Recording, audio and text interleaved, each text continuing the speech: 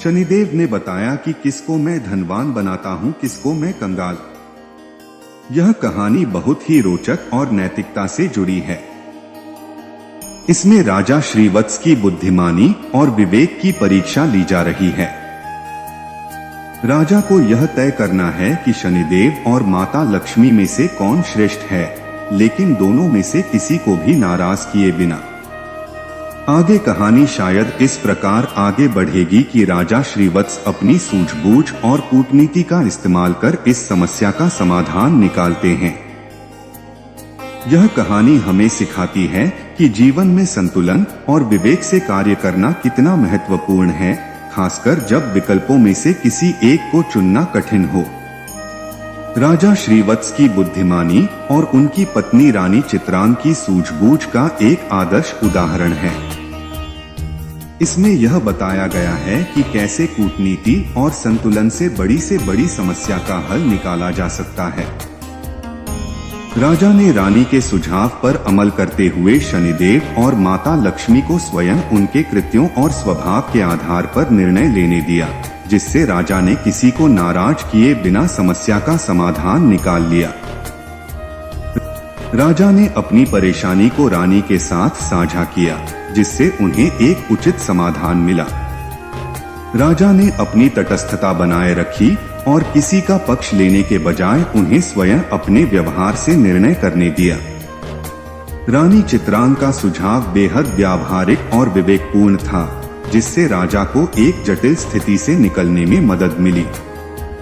राजा ने दोनों देवताओं को समान आदर दिया और एक निष्पक्ष दृष्टिकोण अपनाया, जो उनके राज्य के लिए संकट से बचने का कारण बना। यह कहानी आगे और भी गहराई में राजा श्रीवत्स के धैर्य और जीवन में आने वाली कठिनाइयों के बीच उनके संघर्ष की परीक्षा की ओर इशारा करती है। शनिदेव के कोप ने राजा के राज्य को भयंकर संकट में डाल दिया, लेकिन माता लक्ष्मी के समर्थन ने उन्हें यह विश्वास दिलाया कि वे विपत्तियों का सामना कर सकते हैं। कि कहा जाए तभी माता लक्ष्मी एक छोटी सी कन्या का रूप धर कर आती है और लालटेन की सहायता से उन्हें एक नदी के किनारे पहुंचा देती है। नदी पर छोड़कर माता लक्ष्मी वहां से चली गई। अब उनके आगे समस्या यह थी कि नदी को पार कैसे किया जाए। भी यह सोच ही रहे थे कि उसी समय शनिदेव एक नाविक का रूप बनाकर नाव लेकर उसी किनारे पर जा पहुँचे जहाँ राजा रानी खड़ी थी। राजा ने नाविक से नदी के उस पार जाने का आग्रह किया। नाविक ने कहा कि देखो भाई, हम तुम्हें उस पार पहुंचा तो देंगे, परंतु हमारी नाव बहुत कमजोर है, इसमें एक बार में एक ही बैठ सकती है। राजा ने कहा चलो एक एक करके ही उतार दो। अब पहले तो नाविक रानी को उस पार पहुंचा आया, फिर राजा को ले गया। तीसरी बार में उस नाविक ने राजा की धन की पोटली रख ली, लेकिन वह नाविक तो स्वयं शनिदेव थे, इसलिए वह धन की पोटली लेकर नदी के बीचों बीच से गायब हो गए। अब तो उनके पास जो धन था वो भी नहीं रहा। भोजन का संकट खड़ा हो गया। राजा बड़ा ही धीरबान था। भगवान की इच्छा समझकर वो वहां से आगे को चल दिया। चलते चलते वो एक गांव में पहुंचा। उस गांव के लोग जंगल से लकड़ी काटकर उन्हें बेचते थे। राजा भी अपनी रानी के साथ उसी गांव में रहने लगा और लकड़ी बेचकर अपना गुजारा करने लगा। लक्ष्मी जी की कृपा से उसे जंगल में चंदन का बाग मिल गया। राजा ने चंदन की लकड़ियों को बेचकर काफी पैसा कमा लिया। अब तो उसका जीवन बड़े सुख पूर्वक बीतने लगा। राजा और रानी को सुख चैन में देखकर शनिदेव ने एक और नई चाल चल दी। एक सौदागर था जो उस गांव से चंदन की लकड़ी भरकर दूसरे राज्यों में ले जाया करता था। आज उसका जहाज उस नदी के किनारे पर ही फंस गया था। उसने जहाज को चलाने का बहुत प्रयास किया, पर जहाज तस से मस नहीं हुआ। सौदागर के समझ में नहीं आ रहा था कि वो क्या करें। तभी शनिदेव एक ब्राह्मण का रूप बनाकर उस सौदागर के पास आए और बोले, सौदागर तेरा जहाज तो चल जाएगा यदि कोई पतिव्रता स्त्री तेरे जहाज में हाथ लगा दे। सौदागर ने वैसा ही किया। पूरे गांव की स्त्रियों को बुलाया। सबने जहाज को छुआ, पर जहाज फिर भी नहीं चला। किसी ने बताया कि गांव में अभी एक स्त्री बाकी रह गई है जो यहाँ नहीं आई है। सौदागर स्वयं चलकर उसके घर गया। वो स्त्री कोई और नहीं रानी चित्रांग थी। दर ने जब रानी के पास निमंत्रण भेजा तो रानी ने वहां जाने से इनकार कर दिया और कहा कि इस समय मेरे पति जंगल में लकड़ी काटने गए हैं, मैं तुम्हारे जहाज के पास नहीं जा सकती। सौदागर के आदमी ने वापस जाकर उसकी सारी बात बता दी। सौदागर समझ गया कि यही औरत पतिव्रता है और यही उसके जहाज को निकाल सकती है। वह शाम को फिर उसके घर गया। उस समय श्रीव घर पर ही थे और इसीलिए उसने निमंत्रण स्वीकार कर लिया। जब राजा और रानी से कहा कि वह जहाज छू दे जिससे कि वह निकल सके, तो रानी ने अपने पति के कहने पर जहाज को छू दिया और जहाज हिलने लगा। यह देखकर सौदागर के मन में पाप जागा कि क्यों ना मैं इसको अपने साथ ले चलूं। यह स्त्री बहुत सुंदर भी है और यदि कहीं जहाज फिर से फंस गया तो इससे छूकर उसे निकलवा लूंगा। यह सोचते ही उसने चित्रांग को अपने साथ खींच लिया और जहाज लेकर चल दिया। श्रीवत्स चिल्लाता रह गया, परंतु उस समय तक जहाज काफी दूर जा चुका था। रानी अत्यंत रूपवती थी। उसको देखकर सौदागर के मन में पाप आ गया। वह उसको अपनी पत्नी बनाने की इच्छा करने लगा। रानी ने सौदागर की छेड़छाड़ से तंग आकर सूर्य देवता से प्रार्थना की कि उसको अपने सती की रक्षा करने के लिए कोर दे दे। उसकी प्रार्थना भगवान सूर्य ने सुन ली। उसी समय रानी के शरीर से कोर फूट गया। वो एकदम से कुरूप रूप वाली हो गई। उसके कुरूप शरीर को देखकर सौदागर उसके पास नहीं जाता था, पर वह हमेशा अपने साथ रखता था। इधर राजा रोते बिलखते नदी किनारे से चल पड़े। वह इसी उम्मीद में थे कि यदि जहाज उस तरफ से गुजरा तो वह अपनी पत्नी को छुड़ा लेंगे। आखिर उसको जहाज का कहीं पता नहीं चला तो वो नदी किनारे आश्रम के साधुओं के साथ रहने लगी। अब तो राजा वहाँ पर साधुओं की सेवा करता था, उनकी गायों को चलाता था और गायों के गोबर से उपले बनाता था। वो उपले लक्ष्मी जी की कृपा से सोने के बन जाते थे। इस प्रकार कुछ ही दिनों में उसके पास ढेर सारी सोने की ईंट हो गई। एक दिन वही सौदागर जो राजा की पत्नी को ले गया था, उसका जहाज उसी नदी पर आया। राजा ने सगर को पहचान लिया। उसने सौदागर को ईंट दिखाकर कहा यदि सौदागर उसको साथ ले चले तो वह सोने की ईंट सौदागर को दे देगा। सौदागर ने राजा को पहचान तो लिया था, परंतु सोने की ईंटों के लालच में उसे अपने पास बैठा लिया। ईंटों को भी लेकर राजा के पास पहुंचा। राजा ने जब श्रीवत्स से पूछा कि वो सौदागर के जहाज को क्यों नहीं जाने दे रहा है, तो श्रीवत्स ने बताया कि महाराज, इस सौदागर के पास मेरी सोने की ईंट है, यह मेरी सोने की ईंट नहीं दे रहा है।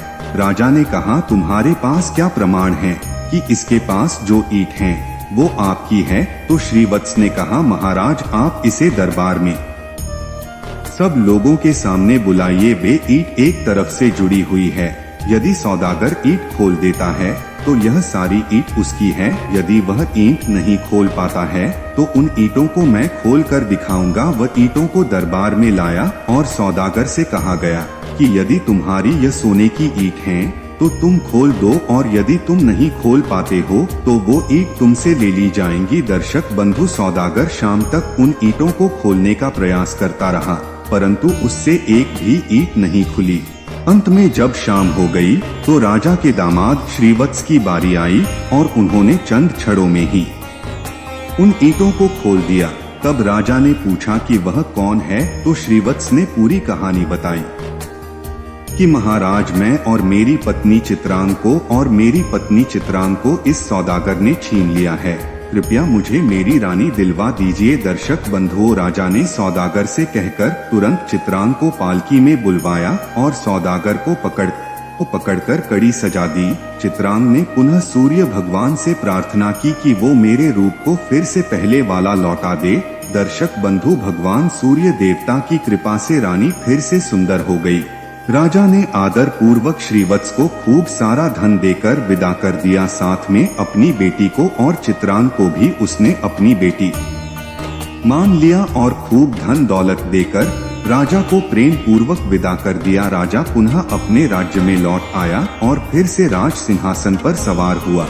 एक दिन शनिदेव ने प्रकट होकर के राजा श्रीव से कहा, राजन, हम दोनों की स्पर्धा तो एक बहाना था, हम आपके सत्य की परीक्षा ले रहे थे। अब मैं तुम्हें बता रहा हूँ कि कौन से लोग नाश को। नंबर 1। यह वाक्य गहरी प्रेरणा और जीवन की वास्तविकता को दर्शाता है। विपत्ति में भी धर्म और सत्य को न त्यागना मानव के चरित्र और नैतिकता की सबसे बड़ी परीक्षा होती है। यह सिद्धांत हमें सिखाता है कि 1. धर्म और सत्य का पालन। चाहे परिस्थितियां कितनी ही कठिन क्यों न हो, धर्म और सत्य का पालन करने वाले व्यक्ति का नाश कभी नहीं होता। सत्य की जड़ें इतनी गहरी होती हैं कि कोई भी विपत्ति उसे उखाड़ नहीं सकती। 2. ईश्वर और देवताओं की सहायता। जब व्यक्ति सत्य और धर्म के मार्ग पर चलता है तो ईश्वर और प्रकृति उसकी सहायता के लिए सदैव तत्पर रहते हैं। यह सहायता प्रत्यक्ष या अप्रत्यक्ष रूप से किसी न किसी रूप में आती ही है। 3. आत्मबल और धैर्य। विपत्तियां जीवन में आती हैं, लेकिन सत्य का मार्ग व्यक्ति को न केवल बाहरी सहायता दिलाता है, बल्कि उसे आंतरिक बल और धैर्य भी प्रदान करता है। नंबर 2। यह वाक्य सच्चाई, ईमानदारी और नैतिकता के महत्व को उजागर करता है। कठिन परिस्थितियों, विशेष रूप से गरीबी में, अन्याय या पाप के मार्ग पर न चलने वाले व्यक्ति का जीवन भले ही चुनौतीपूर्ण हो, लेकिन ईश्वर और लक्ष्मी जी की कृपा से समृद्ध और संतुलित रहता है। मुख्य संदेश। 1. धैर्य और ईमानदारी का महत्व। गरीबी जैसी कठिन परिस्थितियां अक्सर व्यक्ति को नैतिक रूप से परखती हैं, लेकिन जो व्यक्ति इन हालातों में भी अन्याय का मार्ग नहीं अपनाता और पाप से अर्जित धन से दूर रहता है, वह वास्तविक रूप से महानता का प्रतीक होता है। 2. देवताओं की कृपा। ऐसा व्यक्ति जो ईमानदारी और सच्चाई पर कायम रहता है, देवताओं का प्रिय बन जाता है। चाहे तत्काल लाभ न दिखे, लेकिन दीर्घकालिक रूप से उसे सुख और शांति का वरदान अवश्य मिलता है। 3. लक्ष्मी का सही स्वरूप। लक्ष्मी केवल भौतिक संपत्ति की देवी नहीं है, वे धर्म और सत्य की भी संरक्षिका हैं। वे सदैव उन्हीं पर कृपा करती हैं जो पवित्र और नैतिक जीवन जीते हैं, चाहे उनके पास धन की कमी ही क्यों न हो। नंबर 3। इस कथा के अंतिम अंश का मुख्य संदेश है कि सद्गुण, विनम्रता और परोपकार जीवन में सफलता और सुख समृद्धि का मूल आधार हैं। मुख्य बिंदु। 1. धन का सही उपयोग और विनम्रता। जो व्यक्ति धन संपदा पाकर भी अहंकार नहीं करता और अपने ब्राह्मण, गुरुजन और समाज के कमजोर वर्गों का सम्मान करता है, वह व्यक्ति ईश्वर और देवताओं की कृपा का पात्र बनता है। धन का वास्तविक मूल्य तब समझ में आता है जब उसका उपयोग समाज की भलाई और व्यक्तिगत विनम्रता के साथ किया जाए। 2. धन की अस्थिरता। शनिदेव बताते हैं कि उनकी कृपा और कोप से व्यक्ति पल भर में धनवान या कंगाल बन सकता है। इसका अर्थ है कि धन का घमंड नहीं करना चाहिए, क्योंकि यह क्षणिक होता है। सच्चा सुख और संपन्नता धर्म, सत्य और परोपकार में है, न कि मात्र धन संचय में। 3. धन से बड़ी नैतिकता। राजा को उनके सत्य, धर्म और सहनशीलता के लिए लक्ष्मी और शनिदेव ने आशीर्वाद दिया। उन्होंने बताया कि जो अपने जीवन में दूसरों का सम्मान और मदद करता है, वह न केवल धनवान बनता है, बल्कि सुखी और संतुष्ट जीवन भी जीता है। 4. वरदान और पुनः संपन्नता। शनिदेव और लक्ष्मी जी के आशीर्वाद से राजा का राज्य फिर से धनधान्य से संपन्न हो गया। उनकी प्रजा खुशहाल हो गई और राजा को यह आशीर्वाद मिला कि अब उनके जीवन में दुख और दरिद्रता कभी नहीं आएगी।